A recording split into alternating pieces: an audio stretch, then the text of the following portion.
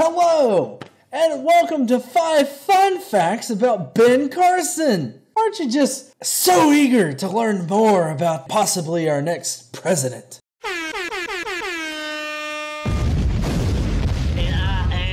Godless engineer, a conscious pioneer, a logic general, a reason brigadier.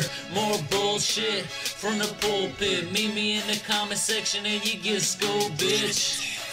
The Godless engineer. Fun fact number 1. At the age of 14, he stabbed one of his schoolmates. Well, okay, he tried to stab one of his schoolmates, but he failed. Because he tried to stab him, I guess, in the stomach because his belt buckle got in the way. But, of course, don't worry, because he prayed to God for about 3 hours. And after about 3 hours, he came to the conclusion that lashing out in such a violent manner was more of a sign of weakness than a sign of strength. Yeah, it took him sitting there praying to God for 3 hours to figure that shit out. It took him 3 hours of praying to figure out, maybe I shouldn't stab a motherfucker. I mean, seriously, I don't see how it would take you 3 hours to figure out this isn't the best idea. I don't think God was necessary to tell you that stabbing a motherfucker is not a good thing to do. That not even like lashing out in that way is a good thing to do. But more importantly, I mean, that is not the only thing that you probably went through in order to get past that rage. That rage just simply doesn't go away because you spent 3 hours thinking about shit with God. It doesn't. You have to go through behavioral things, like behavioral changes in order to get rid of that kind of thing. You've got to work on a lot of things yourself, possibly even getting outside help. If you can do all that on your own, more fucking power to you. But own that sumbitch, man. Fun fact number 2. Ben Carson thinks that America, our current American government, is comparable to Nazi Germany. Hey, Obama!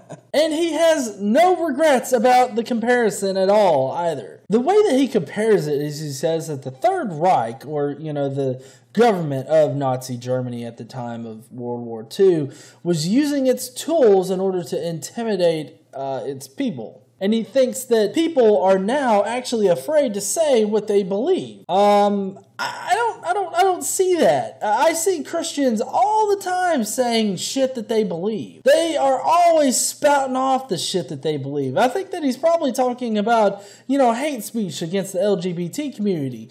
And, considering that this is coming from a black man, you would think that he would be all for reducing that kind of speech towards people. He suggests that the government is using some of its tools, like the IRS, in order to punish its opponents. He has nothing to back this up with. My guess is that the individuals within the IRS that were targeting the Tea Party people or whatnot, that is an issue, but it's also an individual issue. It's not like Obama is up there writing shit down, being like, yep, we need to attack these motherfuckers right now. Right now, I'm signing this into law. We are attacking the teabaggers, motherfuckers. And in defense of his comparison, he says that it's part of the problem that you focus on that he's comparing it to Nazi Germany instead of actually focusing on the issue that he's trying to bring up, I guess.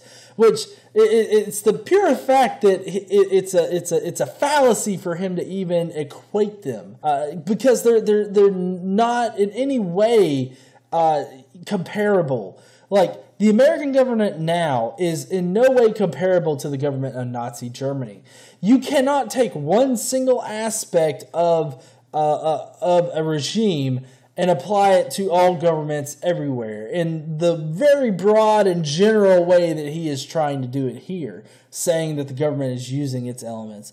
You would need to have a significant amount of evidence to back that up, and he doesn't have that. He's just saying words in order to spark interest, but then he's slapping people across the face when they take the bite for the words that he uses. Which brings us to fun fact number 3. He says that Obamacare is the worst thing since slavery. Yeah, that's right. Fucking slavery. Can you imagine that shit? I mean, seriously, just think about what slavery actually is for a second. Slavery is owning another human being and making them do your bidding, no questions asked. I mean, go watch 12 Years a Slave. It chronicles a guy going from, being a free man in the North to being sold into slavery in the South, and he spends 12 years as a fucking slave. The differences are so vast. Slavery is nothing like Obamacare. But this is how he goes on to justify his reasoning here. He says that the point that he's trying to make is that there's been a fundamental power shift from the people to the government. I don't see how that factors into slavery at all, because I'm truly at a loss for words. I don't know what the fuck he's talking about. He uses the same defense as he does for his Nazi Germany comparison. It's another false equivalency fallacy for him to even make the comparison, because he's ignoring major differences between slavery and Obamacare, obviously. He justifies his comparison here by saying that the point is not the words that he uses, but the point is the underlying issue that he's trying to highlight. Which I get that. But you can't go about it in a fallacious manner and expect your point to be really well taken. If you want to make the point, make it better. Anytime I point out these fallacies, people are thinking I'm saying that they're wrong. No, I'm saying make your point better. You're convoluting your point here with meaningless words that are really just getting in the way of you getting your point across to your audience. And instead of Ben Carson actually trying to get his point across to his audience, he's just slapping them upside the face, motherfucker, slapping them across the face and being like, look, if you don't understand me, then I can't help you, boy. It's also been suggested, not necessarily by Carson, that under Obamacare, people would be forced to give medical treatment to people and not be paid for it. That literally people would be kicking down the doors of doctors and forcing them to do surgeries and help people. Number one, no, that is not what is going to happen. They're forcing companies to, have better businesses and easier financial ways for people to be insured. It's ensuring that a wider range of people actually get covered. There's that aspect of it. But also, I don't know who would actually go to some doctor's door and kick it down and be like, fix this goddamn broken arm, motherfucker! That is not what is happening at all.